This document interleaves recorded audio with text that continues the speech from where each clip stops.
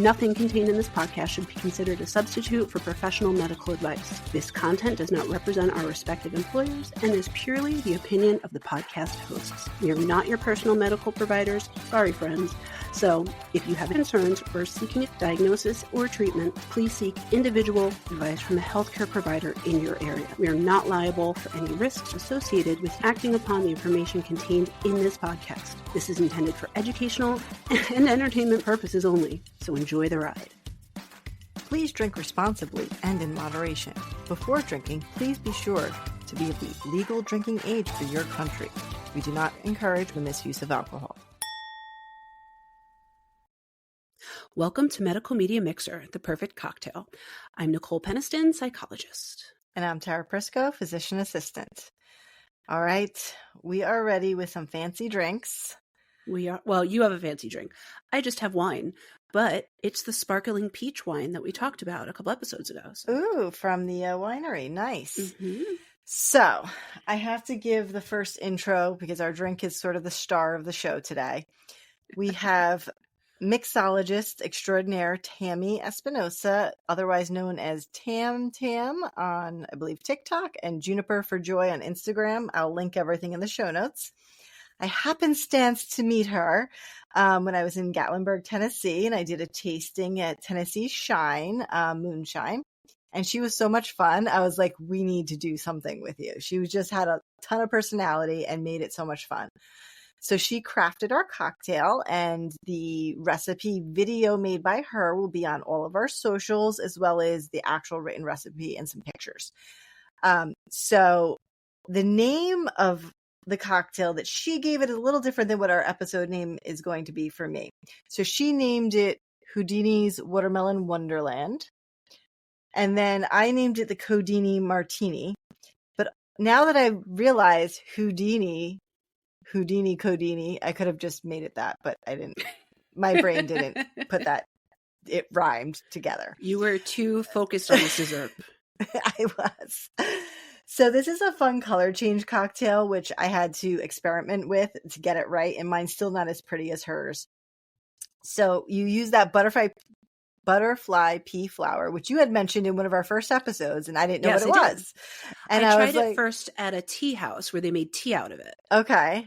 Yeah. I haven't tasted it separately. I've brewed the tea and it's in the drink, but I haven't tasted it on its own.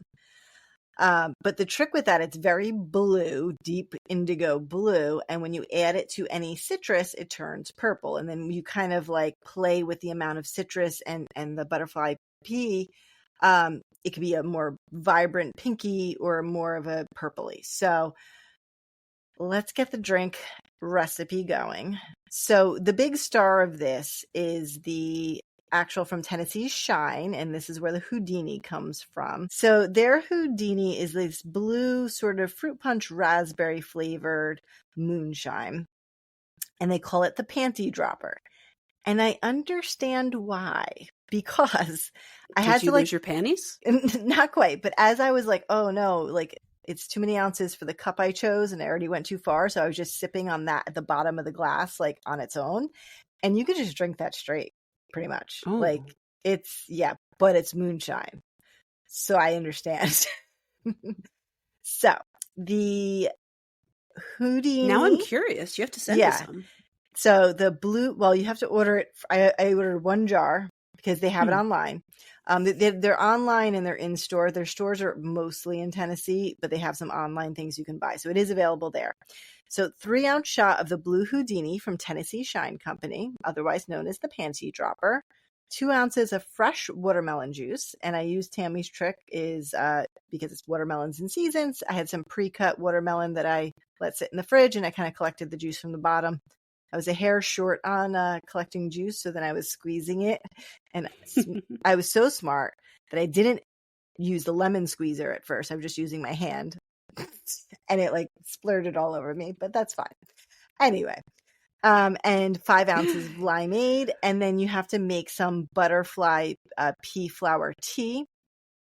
She had said 1 ounce in the video. She had said a teaspoon in the written recipe. I used less than an ounce. That's a big difference. I used less than 1 ounce.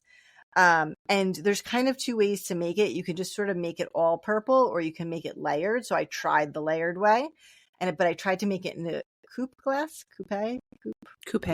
Yeah, that. I bought them because they were cute.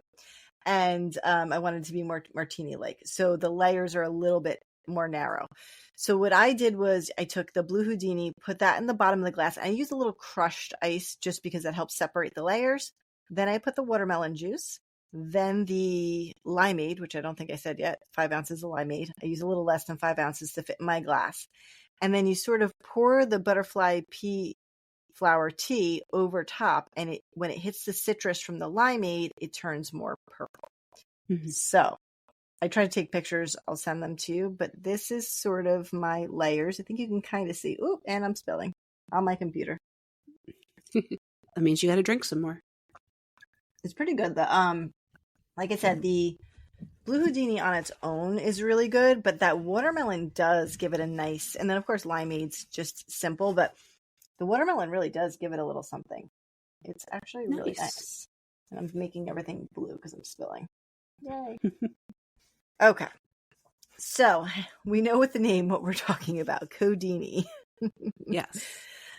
All right, Nicole. Which I am allergic to, so I can never have Sizzurp. No Sizzurp for you. Nope.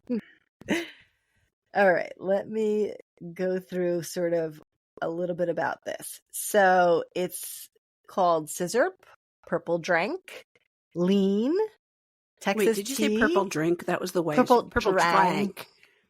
Right. You have to help out.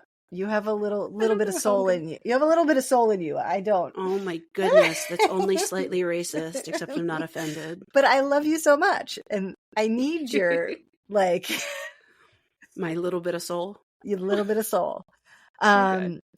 Also called mud, jelly, perp, and double cup. So I've heard mostly lean, purple drank, and Sizzurp. Those would be the ones I've heard, right?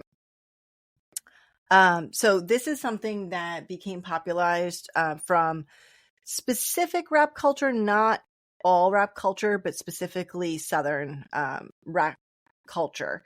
And it's a term for a recreational drug that's made, or drink, I guess, made from prescription strength cough syrup, so codeine, with soda, candy, and then mixing in promethazine with it. So promethazine is something also used in cough syrup. So promethazine and codeine are sometimes used together in cough syrup, and then mixing that with candy or soda, typically served in a styrofoam cup. That's just the cool way to have it. It honestly sounds like something that some drunk teenagers made up. It pretty much does. But now when I go to buy even regular cough syrup, like Robitussin DM, that one's not behind, but you have to show ID. Show that you're an adult. Just that you're an adult, not a kid. So they say that it started in the Houston area, and I'll name some songs. I went and I listened to and looked at some music videos for all of these songs when I was researching the episode. And it's interesting because some of the music videos just kind of glorify it, show it as everyone chilling on the stoop, drinking, partying. Some of them show it as a very, very trippy kind of sounds and colors. And then there are a few songs that are actually trying to show the dangers of it that came out later after some of the famous people had passed away from actually overdosing on it.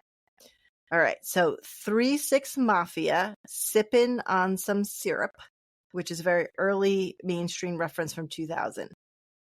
I don't know if I know these offhand, but when I heard some of them, I was like, okay, that sounds familiar. I know 3-6 Mafia, but I can't think of any other songs of theirs that I do know, but I know the name. I'm sure if you played something, I'd be like, oh, yeah. Yeah. Lil Wayne. Lil Wayne. I'm sorry. It's not Little Wayne. Lil Wayne. Me and My Drank. Okay. Which is supposedly a deeply personal depiction of lean use. Deeply personal. Yes. Future, Codeine Crazy, which reflects addiction and emotional struggle. ASAP Rocky, that's the one with the $sign for the S. Is that how you say it? ASAP Rocky. This is why I need you. I don't know enough about pop culture, I guess. Don't you know that he's Rihanna's baby daddy? Yes, I thought I've heard on, maybe I've only read his name and not heard it. Maybe that's I think it. you've only read it. So Purple Either way, Swag. People know what we're talking about. Yes. Purple Swag, which is more about Houston culture in general. Juice World, I know I've heard of them, or him, or them. Go on. Keep talking. People are going to be laughing at me, aren't they? Your white is showing. It's showing all over the place. Lean with a cautionary tale disguised in melodic delivery. Pretty sure you don't emphasize the T. It's like lean with me. You got lean it. with me. You're so silly. I didn't want to say with, so I was trying to emphasize the T. And then there's a couple other ones. Young Thug, 2 Cups Stuffed, Travis Scott, Drugs You Should Try, Mac Miller. Do you know who Travis Scott is the baby daddy of? I know his name. I don't know who he's the baby daddy of. Kylie. Oh yeah. I kind of know that. Oh my God. It's like you know nothing. You know what it is? There's a point where I just dropped off on like celebrity drama and I just like got lost from that world. Mac Miller, I know who he is. The Star Room. May he rest in peace. Yeah. Chief Keef, Love Sosa, Riff Raff, Tiptoe Wing in My Jordans. I'm sorry. I think it's supposed to be like Jordans, but said Jordans. I think JAWWDINZ. Yes. I'm gonna laugh at myself in this episode. Whew. It's that panty dropper. That's why you can't even use that as an excuse. And then some songs that acknowledge the risk. So Little Peep, The Bright Side. Mac Miller eventually had Mask Off. Danny Brown, Downward Spiral. And there are a couple other celebrities who actually died because of lean use. Juice WRLD, Lil Peep, and Mac Miller. So some big names actually. So now, of course, you know, they're trying to shift it away from that as a unified group. I think for the most part are trying to step away from that because people have passed. All right. So you're allergic to codeine, but I'm sure you kind of know codeine is classified with the opioids because it is derived from opium. And isn't it typically used for heart issues? No, codeine is typically used for cough or pain. Those are the two main uses. So codeine in cough syrup and codeine for pain. It was initially isolated from opium in 1832, so it's been around quite a while, by someone French, Pierre Robiquet. Quet, Robiquet, yes? Yeah, I'm not going to correct any of your pronunciations today. And most modern codeine is actually like semi-synthetically derived from morphine, but originally it was taken directly from opium.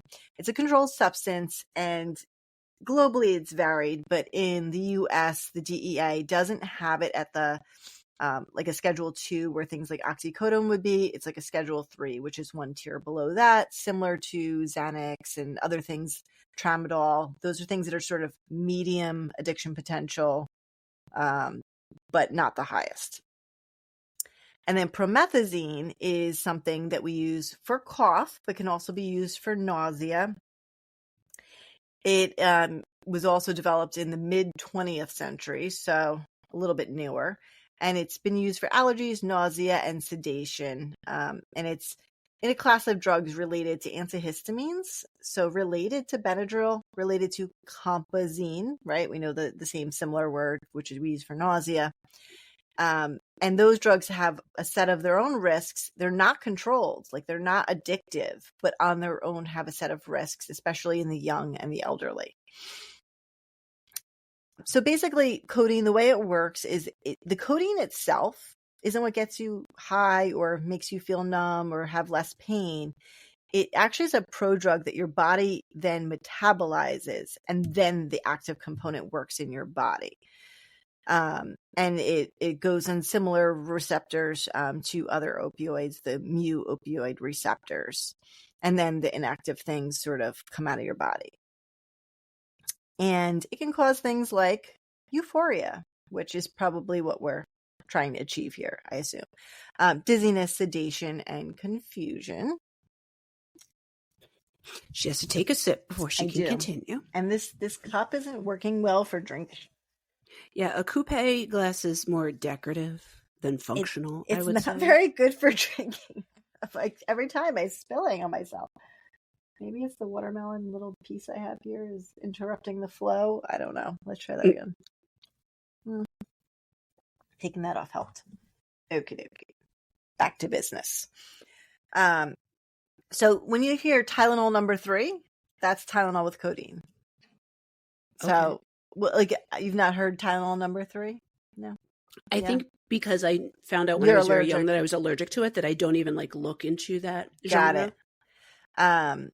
And so at high doses, it can cause respiratory depression. And some people just genetically are ultra rapid metabolizers, so they don't know that, but they're more at risk. So their body converts it more quickly, but doesn't necessarily eliminate it any more quickly.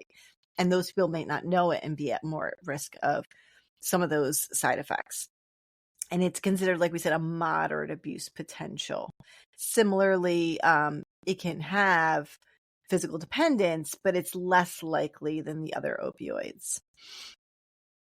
And of course, an overdose would be like any opioid overdose: respiratory depression, pinpoint pupils, you could become unconscious, bradycardia, so slow heart rate, hypotension, low blood pressure. And then when combined with other things, of course, it could be fatal. Now, you could use Narcan on somebody if you did know that they were having an overdose from this, because it would work for that as well.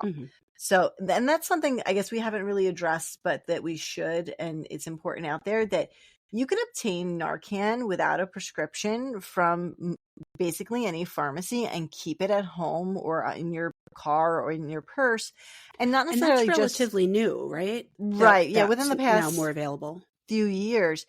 And not necessarily for yourself, but if you're ever in a situation where you see somebody who might need it, it's something that you can do safely, and it's not going to hurt them if they're not overdosing, but it will save their life if they are. So that's something people should look into and start to consider, keeping on hand. There's been definitely stories about people who happen to have it and just heard someone outside screaming and then ran out and helped and saved a life. Yeah. So that's something to think about. All right. And then the promethazine, like we said, was part of a typically cough syrup. It works, like we said, similar to antihistamines. But the part of it that's dangerous is those anticholinergic effects. So that's a whole pharmacology lesson we're not going to go into. Which I learned all about. But, the big thing we say with anticholinergics is can't see, can't pee. Typically, your pupils can become very dilated, and so your near vision would become very blurry, and you can have things like urinary retention, dry mouth. Those would be all signs of a side effect of it, but they can be more dangerous, like I said, in the young and the elderly, especially risk of falls and things like that, confusion, because it does go across your blood-brain barrier. Not all drugs do that, and so for something that's like an antihistamine, cough syrup, anti-nausea, it's like, it goes across the blood-brain barrier. It can cause a lot. So it's not, I do prescribe promethazine DM, not codeine, with codeine, but for cough on occasion. But I will not give that to some of my elderly patients because of the risk. Right.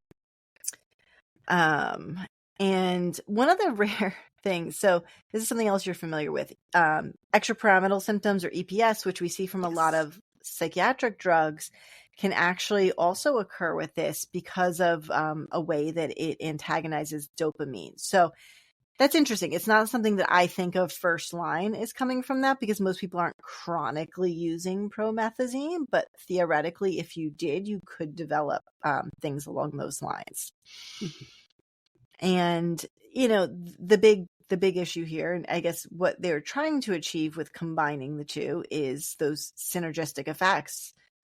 It enhances, promethazine enhances the CNS, the depressant effect of codeine. So they work together to make you feel more loopy, more tired, more out of it. They would describe it as euphoria and relaxation. And that's where that recreational kind of feel comes from. And, the other issue is when it's combined also with things like Tylenol or other drugs, it could affect your liver as well. Obviously not safe to drive on that combo, especially if you're taking it. I tell anyone who's taking codeine not to drive on it, but if you're taking that combo intentionally to get high, of course you should not be driving on it. Right.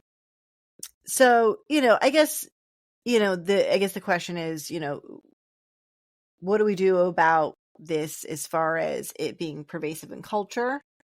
Right now, the demographic who seem to be the most prevalent is young 13 to 21, under 21 years old, can't obtain alcohol legally. They're influenced by some people they look up to. But they say that it really has crossed some racial and socioeconomic lines. So even though it rooted in that Southern hip hop culture that I guess other kids, the internet, right? I'm just smiling because a while ago, and this was a very long time ago, I heard that aside from, the younger generation, the second highest population of using morphine is the elderly, but they're buying it on the streets because it's cheaper than their prescriptions. Wow. Which, yeah. I mean, that does make sense. Yeah. Wow. So, it's just about public education and, monitoring prescriptions. So how does this get to the street, right? Like, how does it get there if you need a prescription legally? So it's most states now, I'm pretty sure all states, but I don't know for sure, have a drug monitoring program where you can look up a patient. So a prescriber or a pharmacist can look up a patient. I have a login for this for New Jersey, and I can see all controlled substances that they have been prescribed and picked up over the past, I can go back a few years, but usually it defaults to probably a year on my screen. Who's prescribed it? Isn't that supposed to flag for the pharmacies like drug seeking? Right. So, but you have to actively look. It's not built into at least our system. And I don't know that it is in commercial pharmacies either. So you have to actively go log in, type in the patient's information, look it up, at least in my end. So I do that if I'm going to prescribe something,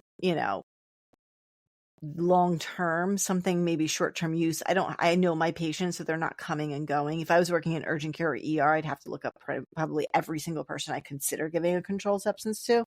Right. And it will show you not just who prescribed it, what pharmacy they picked it up, and whether they used their insurance or cash paid, because cash paying is also a flag, because your insurance will be like, you can't get more than one a month, right, of this. But without that, and you go pharmacy shopping, so you go to CVS today, Walgreens tomorrow, the mom and pop pharmacy the next day, to hit different geographic areas, unless somebody actively checks that, theoretically, you could get away with it for a bit. I'm sure that this is probably more like multiple people getting it and then sort of pooling their resources. I'm not really sure how it exactly happens. But I mean, I don't know if it happens in reality as often, but I know on a lot of television shows and media, they often have somebody who's making this stuff, who's formulating it for them, whether it's a pharmacist in a pharmacy or, somebody doing it on the side, which I don't know how realistic that is these days, but I'm sure at one point that was happening. Yeah. Yeah. I mean, that's true. I'm sure there's some shady people out there doing it. Yeah, I agree. And a little bit of chemistry and figuring out kind of like Walter White. Yeah, exactly. Yeah, basically cooking it.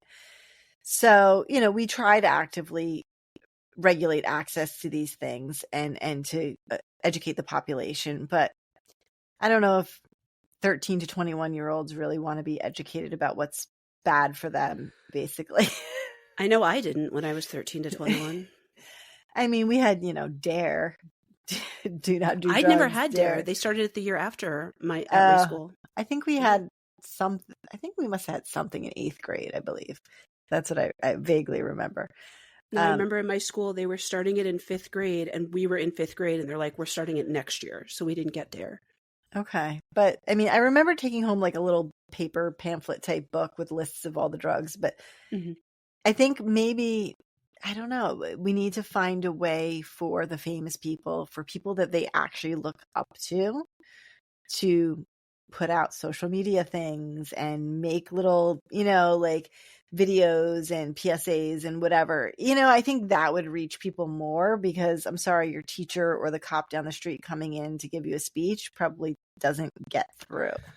Right. But I think where some of the problems are is those famous people are also falling into that demographic. People are getting famous younger and younger, and then they're more susceptible to this drug use and this addiction and things like that. And hopefully they make it through, and then they can talk about the dangers of it after. But I think a lot of them are just as caught up as, the kids down the street. Maybe even more so because they have access to money. People are probably giving them stuff. I saw over the weekend, I was out and we were eating dinner, and on the TV, they were showing professional skateboarding, and Tony Hawk skated. And I was like, isn't this dude like 50 something? But he still skated, which was cool. But they were interviewing some people in the skateboarding world. And this one kid, he was like, by the time I was 13, I was making millions of dollars and partying every night. And he's like, I'm one of the lucky ones who got out. But so many of us, once we're in that famous culture, it's drugs all the time. And then you're high all the time. And then you go and perform, and then you get hurt, and then you can't skate, and then you lose money, and then you go back to drugs because now you're depressed. And I was like, I think that happens with anyone who's getting famous at that young age. Yeah. So that's probably why they're not talking about that, because they don't know it yet. Yeah. They haven't gone through that themselves yet. Yeah. There's got to be just some other way to help get things through to the younger kids. I don't know. Yeah. But I do think that, like we said, having the Narcan available that's definitely something that I hear more, and young people understanding that. I think like the 20 somethings, I feel like they get it, but I feel like the teens maybe don't quite yet. Right. And then, when people can become addicted to this, and they can end up needing real detox, real inpatient care, like behavioral therapy, support groups, long-term rehab, so it's just interesting because it's a complex sort of intersection of like medicine, pharmacology, culture, public health, and it's all sort of intertwined, and very glamorized initially. So hopefully it's a little less glamorized now. We want to keep everybody safe. Yeah. There'll be a ton of resources available in the show notes, and I know some of them actually are resources for addiction. And I guess the overarching thing here is, I guess anything you don't realize maybe that you're glamorizing, take a step back, right? And think about it, because it could really, other people could be hurt by it. I think we all think we're invincible, sort of. Yeah. I'm sure we thought we were invincible when we were young. Yeah. Now we're old and we know we're not. Yeah. But we used to think our parents don't know. They're just sticks in the mud. No, they actually did know. Now we're on the other end of that.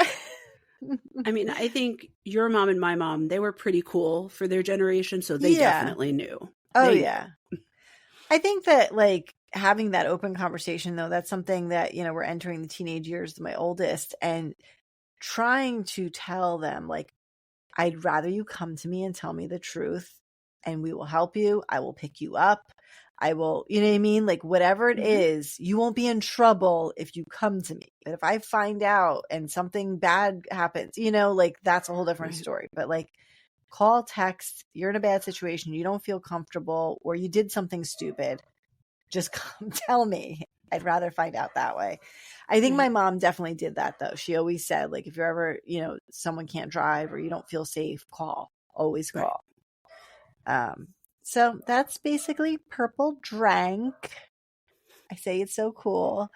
But definitely follow Tami. I will definitely have her links in all our socials. We will definitely be promoting her throughout the week when this episode comes out. And send us an email if you have an experience with Purple Drank. Yes, I would love to know. I don't know. I want to know what it tastes like, because it sounds like it tastes like a bunch of sugar and carbonation with some drugs thrown in. So I think I can imagine what it tastes like, but maybe what the experience was, the good, the bad, the ugly. Yeah, I hate cough syrup. So right there, it's out for me. The taste of cough syrup is the worst thing to me. Even Dimetap? Of all of them, that one passes. But yeah, like the fake grape flavor was yes, delicious. the fake grape flavor is the best one. But all those other ones, oh my God, it's absolutely horrific. I don't think you could add anything to it that would like get that out of my head. So yeah. no purple drink for me. Only purple drink is this pretty one. Very nice. Well, it's You can bluish, kind of see but the layer. Well, you can see the layers. The top layer yes, is purple. more The bottom dark. is Yeah. So that was a quick one for me. It So was. see, I'm not drowning on. So thank you for listening to Medical Media Mixer. The perfect cocktail. Cheers. Cheers. That's good.